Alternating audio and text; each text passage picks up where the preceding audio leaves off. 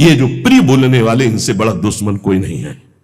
कोई बिरला होता है जो प्यार का अर्थ समझता है, अपने प्यारे के सुख में निमग्न रहना। वो तो केवल सच्चिदानंद भगवान ही जानते, दूसरा कोई नहीं। प्रीति की रीति रंगीलो ही जाने, ये संसारी जानेंगे। ये अपने स्वार्थ के बसीभूत, ये अपनी वासनाओं के कीड़े, ये प्रीति को जानेंगे, ये प्रेम को जानेंगे। तुम्हारे हृदय को छलनी कर देंगे। अगर अब बात नहीं मानोगे तो बाद में पछताओगे। हे सिंहवत जीना सीखो, सियारवत अगर जीवन जीना है तो इनके अनर्थ वचनों में लग जाओ। ये तुम्हें रुपया दे सकते हैं, तुम्हारा बैंक बैलेंस बढ़ा सकते हैं, लेकिन तुम्हारे हृदय की भोग वासना को नहीं मिटा सकते। और भोग वासना नहीं मिटी तो चक्रवर्ती सम्राट भी एक महान दरिद्र है, क्योंकि उसके अंदर असंतोष है, भोगों की आशा है। और फिकर भारी फकनी करे ताको नाम फकीर। कोई चिंता नहीं, कोई परवाह नहीं, इससे बड़ी कोई स्थिति नहीं होती। वही तुम्हें गुरुदेव देना चाहते हैं। इसलिए स्वीया सर्वे जिघांस्यत्यः बहुमृषा इसने पाशैर निबद्ध। ये जो आपको भगवत प्राप्ति में रुचि नहीं उत्पन्न हो पा रही, भजन में अधिक लगन नहीं हो पा रही है, उसका कारण है तुम्हारी देह प्रियता और तुम्हारे देह संबंधियों की प्रियता। बड़ा सुख मिलता है हृदय को जब देखना हृदय में ये कौन है, ये अमुक है, ये अमुक है, रिश्ते नाते, ऐसा जब देखते हो तो कैसा लगता है। और जब प्रियाजू की बात होती तो कैसा लगता है। क्या प्रियाजू किसी रिश्तेदार जैसा सुख, किसी नातेदार जैसा सुख प्रियाजू से मिलता है क्या? और जबकि सच्चा रिश्ता नाता केवल प्रियाजू से। प्रियालाल पराये लगते हैं और ये मौसी मौसा फूफा फूफी फू जो माया में उड़ जाने वाले हैं, ये संबंध ऐसे घने लगते हैं। असली रिश्ता इतना छोटा, इतना कमजोर, और नकली रिश्ता इतना जोर का कि असली रिश्ता फीका पड़ जाए।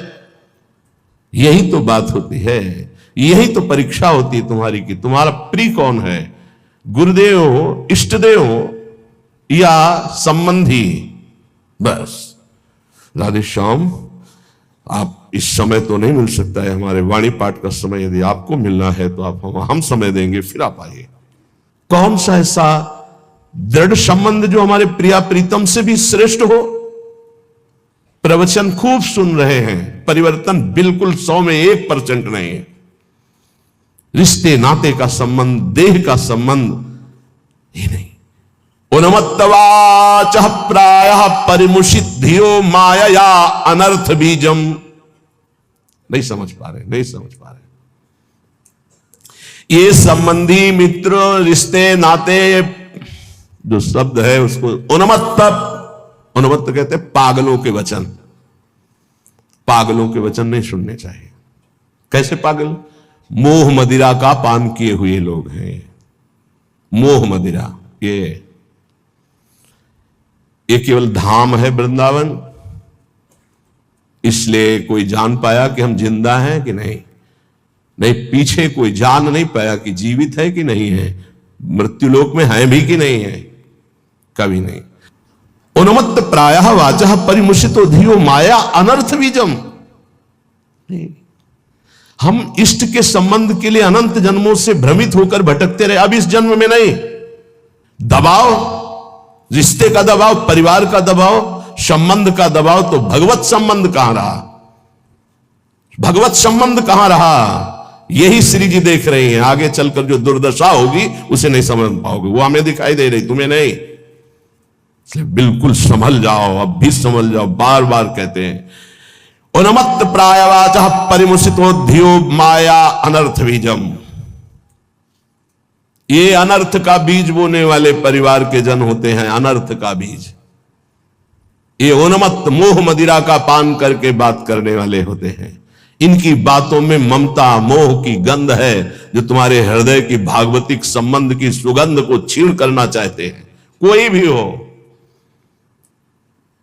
स्वार्थम मत्वा कृतार्था अथन सुख विवेकादयो अग्राह्य वाचा।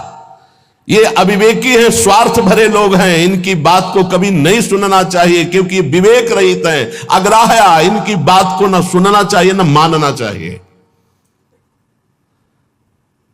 अमुक संबंध केवल भगवत संबंध से, अन्यथा नहीं। अगर आप हमारी श्री जी से नहीं जुड़े हैं तो हम आपकी तरफ आंख उठा के नहीं देखेंगे। श्री जी से जुड़े हैं तो आपको हमारी तरफ देखने की जरूरत नहीं, श्री जी की तरफ देखो, हम अपने आप देख लेंगे। व्यवहारिक संबंध में कहीं किसी भी तरह का कोई प्रवेश नहीं है। श्री जी का संबंध उन्मत्त प्रायवाचा परिमुसितो धियो माया अनर्थ बीजम स्वार्थम मत्वा कृतार्था अतन सुख विवेकादयो अग्राह्य वाचा। ये संबंधी, ये रिश्ते नाते, ये मोह मदिरा का पान करके ऐसे वचन बोलते हैं कि फिर संसार की ममता जागृत हो जाए। ये मोहित करने वाली, हमारी परमार्थ की वृत्ति का नाश करने वाले होते हैं। ये अनर्थों के दुख का बीज बो देते हैं। ये विवेक रहित बोलते हैं, इसलिए इनकी बात अग्राह्य वाचा, इनकी बात सुने मत, नहीं तो परमार्थ भ्रष्ट हो जाएगा। बहुत सुंदर किसी किसी के परिवार के जन, कल एक हमारी श्री जी की सेवा में रहते हैं उपासक, उनकी माई, तो उन्होंने कहा कि जब हम बेटे से बात करने के लिए यहां निवेदन किया और बेटा मिला तो उसने मुंह फेर करके कहा कि अगर आप हमारी मां हो तो दोबारा हमसे मिलना मत। बोले मुझे अच्छा लगा, आंसू भरे थे आंखों में, मुझे अच्छा लगा कि मेरी कोख पावन हो गई। और आज से मैंने भी निर्णय लिया है कि मैं कभी सामने नहीं जाऊंगी और आशीर्वाद दूंगी कि वो नित्य निरंतर श्री जी की सेवा में आपकी आज्ञा में रहे। उनका धन्य है तू मां, तू धन्य है। अगर और बहुत ही स्वभाव सुशील, बहुत ही अच्छा लगा बात करके कि मां हो, भगवान मां दे तो ऐसी मां दे जैसी कल वो मिली, एक भी ममता की बात नहीं। बोले हमने भी निश्चय किया, मुझे भी अच्छा नहीं लगा कि मैं अपने बेटे को मोह से ग्रसित नहीं करना चाहती, परमार्थ में आगे बढ़ाना चाहती हूं, तो मैं कभी सामने न जाऊं। मैंने भी निर्णय लिया। तुमका धन्य है तुम्हारा। जो सेवक जी ने कहा नाम प्रसंग कहे तो उपदेश, वो धन्य देश है, वो धन्य कुल है, धन्य सुतात धन्य सो माय। तो है मैया तू उसी माय में आ गई जिसको सेवक जी धन्य कहते हैं। अरे धन्य है उसका गर्भ जिसके गर्भ से भगवान का महाभागवत पैदा हुआ। और तो सब न जाने कैसे कैसे संतानें उत्पन्न होती है और वो भगवान से विमुख नाना प्रकार के आचरण करके अपने आप को दुर्गति और माता पिता देख देख कर जलते रहते हैं। ये बात बहुत ध्यान से समझ लो। जो ये श्लोक कह रहे हैं, ऊपर वाले श्लोक में बताया अपनी निष्ठा की युगल सरकार हमारे इतने सुंदर है कि करोड़ करोड़ कामरति मूर्छित हो जाए, लक्ष्मी नारायण भी शोभा देख करके ललचाने लगे, ऐसे हमारे उपास्य देव श्यामा श्याम है। हमारे श्यामा श्याम में रति किनकी नहीं हो सकती? जो विषय विष के कीड़ा बने हुए हैं, या जो ब्रह्मबोध के द्वारा मोक्ष प्राप्त करना चाहते हैं, या जो जीवन भर भोग भोगा बुढ़ापे में सोचते हैं हम प्रेमी हो जाएं। चिंतन वही है 60 70 80 वर्ष का भोगों का। अब चिंतन बदलना बहुत कठिन, कोई महापुरुष चमत्कार कर दे तो बात अलग। ये हमारी बात उनकी समझ में आएगी जो शरणागत है श्री जी के और प्रारंभ से अभ्यास कर रहे हैं अपने मन को प्रियालाल में लगाने का, रसिकों की कृपा का। तो चंदी वृंदावन आशा, उनके अंदर वृंदावन में विराजमान प्रिया प्रीतम से मिलने की आशा जागृत हो जाएगी। कह रहे हैं अब इसमें बचाव पक्ष क्या करना है? उन्मत्त प्रायवाचा परिमुसितो धियो माया अनर्थ बीजम। बुद्धि में ऐसा बैठा लो कि ये जितने प्यार करने वाले संसार के संबंधी हैं ये अनर्थ कर देंगे। अनर्थ क्या? हम जिस मन इंद्रियों को चुराकर संसार से प्रिया प्रीतम में लगाना चाहते हैं ये पुनः वहीं लगा देंगे संसार में, पक्का। इनका प्रभाव ऐसा होता है। ये नहीं मानने वाले। परिवार के लोग साधु नहीं मानते हैं, कोई विवेकवान साधु मानता नहीं, नहीं मानते। परिवार के लोग नहीं मानते, साधु थोड़ी मानेंगे। वो तो अपना रिश्ता नाता संबंध देखकर बात करते हैं, वो सांसारिक संबंधों की मान्यता रखते हैं, इसलिए नहीं। कबीर वहां ना जाइए जहां जन्मभूमि का ठाव, भगति भाव पूछे नहीं ले पुरानो नाव। वो थोड़ी कहेंगे महात्मा जी, नहीं, वो तो वही कहेंगे आओ पंडित नाम लेके बात करेंगे, ऐसा अमुक हो ना। कबीर वहां ना जाइए जहां जन्मभूमि का ठाव, भगति भाव पूछे नहीं ले पुरानो नाव। वही संसार की वार्ता। अनर्थ बीजम, बड़ा आकर्षण है परिवार वालों का, बड़ा आकर्षण है। आप देखो, अंदर से देखो, 20 वर्ष नहीं देखो, फिर देखो भैया है हमारे, ये अपन अमुक है हमारे अमुक। और श्री जी को 20-25 वर्ष से नाम जप रहे हो, शरणागत हो। ये कभी नहीं आया कि आराध्य देव मेरे, जीवन धन मेरे। ऐसे धिक्कार है इस मन बुद्धि को कि जो अनंत जन्मों से हमारे हैं वो हमारे पराये नजर आते हैं, जो बिल्कुल हमारे नहीं, जिनको हम जानते नहीं है, अब भी नहीं जानते कि भाई के रूप में कौन अंदर विराजमान है, बहन के रूप में कौन अंदर विराजमान, हम नहीं जानते। केवल ढांचे को मानते हैं ये ढांचा मेरा भाई है, बहन है, और ढांचे के अंदर बैठा परमात्मा, उससे कोई परिचय नहीं है। इसलिए स्वार्थ मत्वा कृतार्था आत्म सुख विवेकादयो अग्राह्य वाचा। अय विवेकी साधक, ये परिवार के जन विवेक युक्त नहीं बोलते, इनके मोह मदिरा से उन्मत्त प्रायः भरे वचन होते हैं, इनके वचनों को नहीं सुनना चाहिए। अग्राह्य वाचा, इनकी वाणी को ग्राह्य नहीं है, अग्राह्य है। स्वीया सर्वे जिघान संत्यः बहुमृषा स्नेह पास निबद्ध। ये झूठी झूठी बातें बोल करके केवल स्नेह पास में बंधा लेते हैं, और ऐसे बांध लेते हैं कि छूटना मुश्किल हो जाता है। महापुरुषों का आश्रय लेने से एक बात ध्यान रखना, एक अद्भुत उमगन जागृत होती, उस उमगन को तपस्या के द्वारा संभाला जाता है, नहीं गिरा देगी। अब ये कोई कैसे समझ पाएगा कि महापुरुषों की कृपा से जो आनंद की उमगन होती है, अगर उसको तप के द्वारा ना रोका गया तो गिरा देगी, पक्का गिरा देगी। ये बड़ी सूक्ष्म बात है, सबको समझ में नहीं आएगी कि महापुरुषों के संग की कृपा उसको गिरा कैसे देगी। भगवदानंद की जब अनुभूति हो तो उदासीनता बाहर इतनी हो जानी चाहिए कि तुम्हें देखना कोई पसंद न करे। ध्यान रखना, ये अनुभव की बात कह रहा हूं। जब आनंद की उमगन हो, भगवदानंद, तो एकदम उदासीन हो जाना, मन बहिर्मुख बिल्कुल न होने पावे, किसी से अपनापन न होने पाए, तो वो भूमिका बदल देगा। महापुरुषों के संग से बिना साधन के भी आनंद की उमगन होती है। उस आनंद की उमगन को बिल्कुल वैराग्य और तप के द्वारा सहा जाता है, तब वो जाके महानता को प्राप्त हो। वो समझ नहीं पाए। तो यहां ये कह रहे, उन्मत्त प्राय वाचा परिमुसितो धियो माया अनर्थ बीजम। ये जो कह रहे हैं इसको बात समझ लो, यही तुम्हारे जीवन का पतन कर देगी, चाहे गृहस्थी में चाहे विरक्ति में हो। इस बात को अच्छे से समझना। उन्मत्त प्राय वाचा परिमुसितो धिया माया अनर्थ बीजम। एक बार जब परिवार के जन सामने हो और तुम उनमें भगवत भाव प्रणाम करके अपनी भाषा बोलना वैराग्य की, फिर देखना तुमसे कौन प्यार करता है। तुम उनकी भाषा में मत आ जाना, अपनी भाषा में बोलना जो साधु की भाषा होती, फिर तुम्हें असलियत में समझ में आएगा कि कौन प्यार करता है। कोई नहीं। जब तुम उनकी भाषा बोलते हो तब बात, अपनी भाषा में सदैव हो, भक्त अपनी भाषा में। ये जीवन अब ऐसा दांव नहीं हमें चूकना कि इस जन्म में मुझे भगवत प्राप्ति ना हो। ये बहुत अंदर की बात समझ लेना। उन्मत्त प्राय वाचा परिमुसितो धियो माया अनर्थ बीजम, बिल्कुल 100%। अगर पारिवारिक मोह के जाल में फंस गया, चाहे गृहस्थ हो चाहे विरक्त हो, निकल नहीं सकता। इतना बड़ा जाल है। स्वार्थम मत्वा कृतार्था अतन सुख विवेकादयो अग्राह्य वाचा।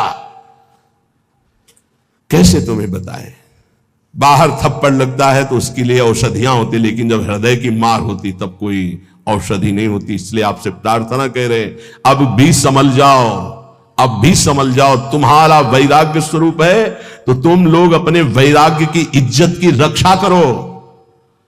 समझ में आना चाहिए कि वैराग्य का स्वरूप क्या होता है। परिवार वालों को, संसार को भी समझ में आना चाहिए। आपका अपने ठाकुर सेवा, अपनी भगवत सेवा, अपने दिनचर्या इतना महत्व हो कि सामने वाला 1 घंटे दरवाजे पे खड़ा रहे और सोचे कि क्या इनकी भागवतिक रति है। ऐसे संकेत में श्री जी आपको समझा रहे हैं। स्वार्थम मत्वा कृतार्था अथन सुख विवेकादयो अग्राह्य वाचा। ये विवेक रहित बोलने वाले संसार के अग्राह्य वाचा, ये नाशवान शरीरों का संबंध तुम्हें अविनाशी बना देगा, तुम्हारा साथ देगा। ये मरण धर्मा शरीर है। अविनाशी परमात्मा की शरण छोड़कर इनके इंद्रियों की गुलामी के लिए किसी व्यक्ति वस्तु का आश्रय धिक्कार है जीवन। हम कामी है, क्रोधी है, लोभी है, लेकिन श्री जी लालजू को छोड़ दें, ऐसा तो हो ही नहीं सकता। इतना तो रख लो, इतना तो रख लो। हमारी बात तो समझो। हम नीचता नहीं छोड़ सकते तो श्री जी को कैसे छोड़ सकते हैं। हम नीच है मानते हैं, हम पतित है मानते हैं, लेकिन हम आपको नहीं छोड़ सकते। हमारा स्वभाव नहीं छोड़ सकना। हम नीचता नहीं छोड़ सके, काम नहीं छोड़ सके, तो नाथ आपको कैसे छोड़ सकते हैं। अब आपके गले पड़ गए। अगर हम कामी हैं तो आपके हैं, पतित हैं तो आपके हैं, आपको नहीं छोड़ सकते। इतना तो पकड़ लो यार, इतना तो पकड़ लो। हम संसार को पकड़े हुए हैं, माना नहीं छोड़ पा रहे, लेकिन हे संसार के स्वामी, हम आपको भी नहीं छोड़ पाएंगे। अब नहीं हो सकता कि मैं आपको छोड़कर संसार का पूर्ण आश्रय ले लूं, पर संसार को छोड़कर आपका पूर्ण आश्रय ले लूं, इतनी भी सामर्थ्य नहीं रह गई। तो कम से कम प्रभु को तो पकड़े रहो। लेकिन अनर्थ वाचा, देख लो, हम एक साधिका की बात करते हैं। भाई जी महाराज के प्रवचन सुनकर के एक साधिका ने भाई जी को गुरुदेव माना, कभी नहीं देखा था। केवल कल्याण पत्रिका पढ़ी और भाई जी के वचन पढ़े और गुरुदेव माना। भाई जी की छवि कहीं से पता लगी तो मंगाकर अपने सिंहासन पर विराजमान, रात दिन दरवाजा बंद, घर के सदस्य उसे भोजन दे देते, बस दरवाजा बंद, नवयुवती भाई जी की छवि। रात एक दिन उसके अंदर इच्छा आई, क्या मैं अपने गुरुदेव को कभी भर नेत्र से देख सकती हूं सामने से? वो सत्य सच्चिदानंद में मेरे गुरुदेव क्या कभी चलकर मेरी कुटिया में? असंभव। किसी नगर के किसी एक घर में बंद वो रात दिन गुरुदेव के अनुसार भजन करती और इच्छा जागृत हुई, क्या भाई जी कभी चलकर हमारे दरवाजे पर आएंगे? पर जाकर जही कर सत्य स्नेहो, सोते ही मिले न कछु संदेहो। भाई जी तीर्थ यात्रा के लिए एक ट्रेन निकलवाई थी जिसमें सब भक्त थे। वो एक स्टेशन पे रुकी, अचानक आकर्षण भाई जी का हुआ। स्टेशन से स्वयं अकेले उस नगर में गए। वो तो अलौकिक दिव्य महापुरुष, उसके घर गए, दरवाजा खटखटाया, किसी से पूछने की जरूरत नहीं, बिना तार का तार, किसी की हिम्मत नहीं थी कि उसका दरवाजा खटखटा दे। केवल समय भोजन का वो परिवार के लोग खिड़की से दे देते थे और उसका अपना अटैच था, तो कभी बाहर ही नहीं निकली, कभी किसी को चेहरा ही नहीं दिखाती थी। उसको लगा ऐसा कौन जो दरवाजा खटखटाता है, तो एक स्नेह का आकर्षण, ऐसा लगा कि या तो श्री कृष्ण है या तो भाई जी है। कि तुम राम दीन अनुरागी, कि तुम हरिदासन मां कोई, मोरे हृदय प्रीति अति हुई। जैसे विभीषण जी को लगा या तो कोई बहुत बड़े हरिदास हैं जो सामने, या स्वयं हरि हैं जो विप्र रूप में है, या तो कोई बहुत बड़े भगवान के भक्त हैं, या तो स्वयं भगवान है कि मेरे हृदय। ऐसे उस देवी का हृदय बोला या तो श्री कृष्ण साक्षात आए हैं या तो भाई जी आए। बिना हिचक के दरवाजा खोला तो जिनकी छवि थी वही सामने खड़े। अब सोचो, जो वर्षों से साधना करके केवल एक बात चाह रही, एक बार मेरे गुरुदेव चल करके मेरे